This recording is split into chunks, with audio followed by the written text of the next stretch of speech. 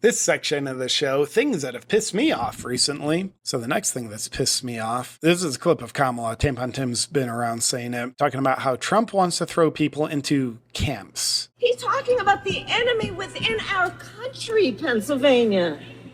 He's talking about that he considers anyone who doesn't support him or who will not bend to his will an enemy of our country.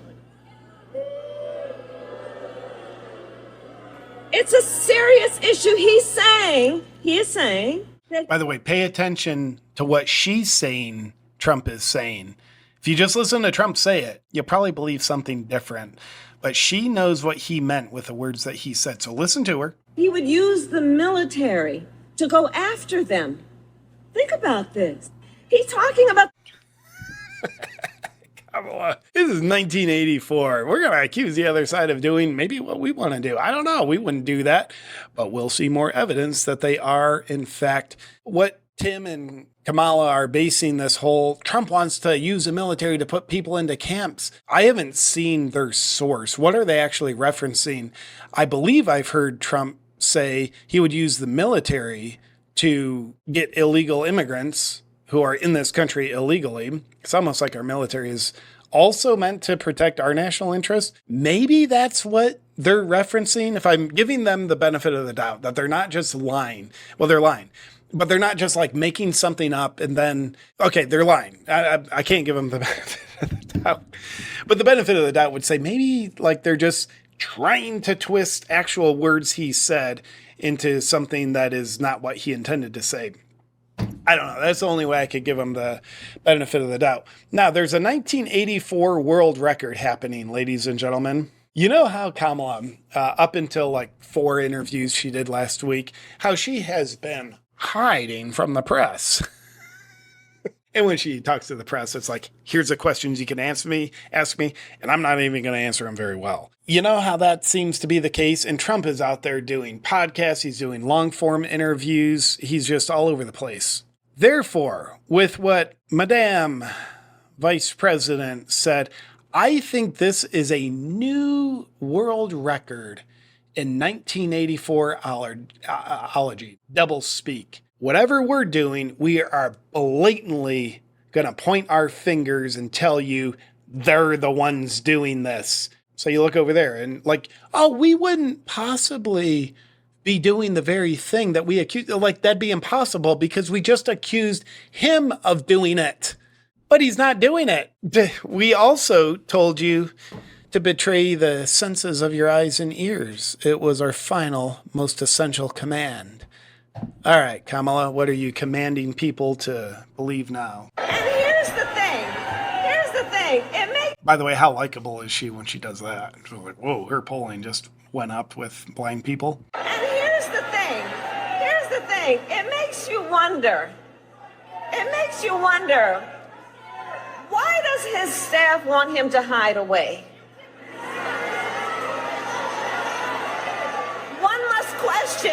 One must question, are they afraid that people will see that he is too weak and unstable to lead America?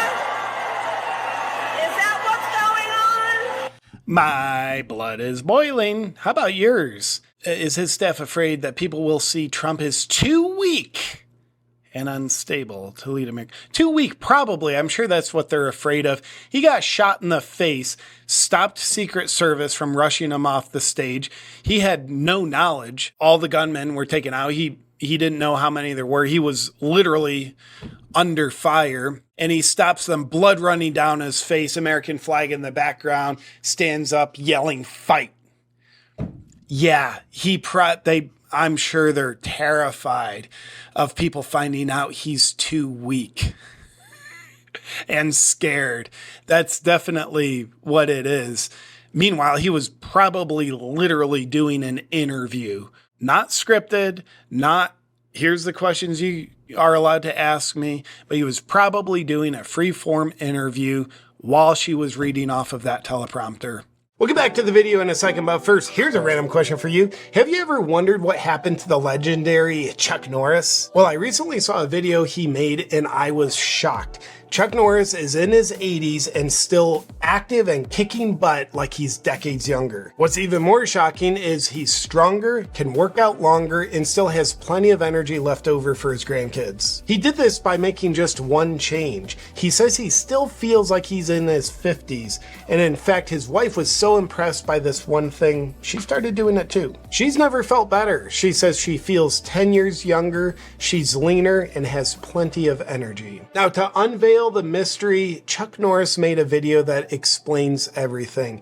Be sure to watch it by going to chuckdefense.com/JP or click the link in the video description below. Once again, that's chuckdefense.com/JP or click the link in the video description below. You will not believe how simple it is. And hey, just a reminder, the legendary Chuck Norris is a whopping 84 years old, yet has more energy than most 40-year-olds, maybe even including me. And he discovered he can make dramatic changes to his health by focusing on just 3 things that typically sabotage people as they age. Watch Chuck Norris's method by clicking on the link in the description below or go to chuckdefense.com/JP.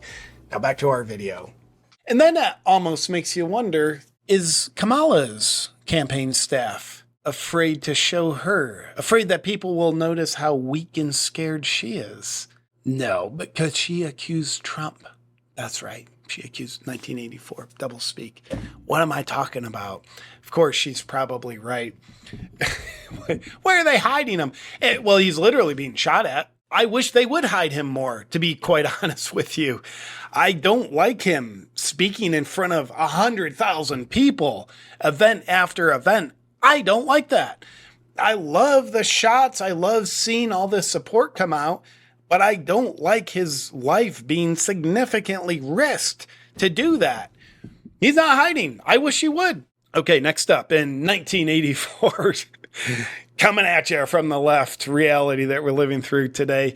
President Biden, you may not have heard, he's actually still alive, allegedly. There's some debate about that. But he is still in office, and when he's not passive-aggressively throwing Kamala under the bus, he's actually bashing Trump.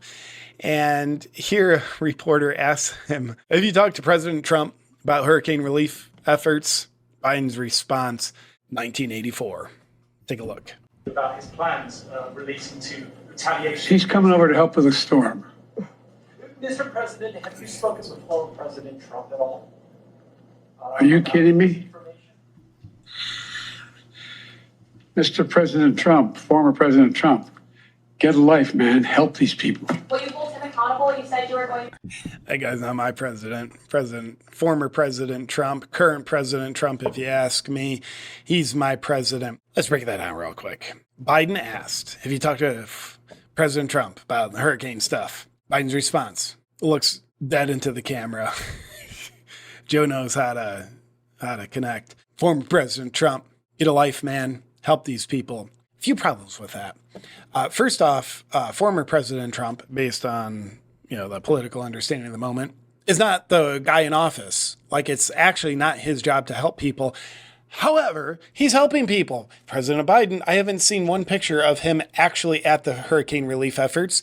I did hear him on camera say, yeah, FEMA, we have no more aid to give. And then he gives over $100 million to, was it Lebanon or Libya? Hundreds of millions to Taiwan, another $8 billion to Ukraine. We have no more aid to give to the U.S. citizens that are hurricane victims.